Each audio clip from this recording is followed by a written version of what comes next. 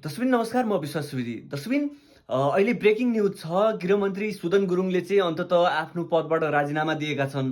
तर अचम्मको कुरा के छ भने कुनै समय थियो कुर्सीका लागि बाउछोरा नै काटाकाट गर्थे, मारामार गर्थे। आफ्नो पद जोगाउनलाई चाहिँ नैतिकताको व्यापार हुने गर्थ्यो हैन।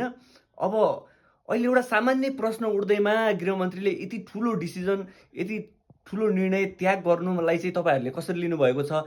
बालेन शाहको यो निर्णयलाई तपाईँले कसरी लिनुभएको छ? आफ्नो अमूल्य प्रतिक्रिया चाहिँ कमेन्ट मार्फत व्यक्त गर्नुहोला। र अब नयाँ आउने गृहमन्त्री चाहिँ तपाईँहरूले कसलाई देख्न चाहनुहुन्छ? को चाहिँ नयाँ गृहमन्त्री बनिदियोस् भन्ने तपाईँहरूलाई लाग्छ? त्यो पनि कमेन्ट गरिदिनु होला।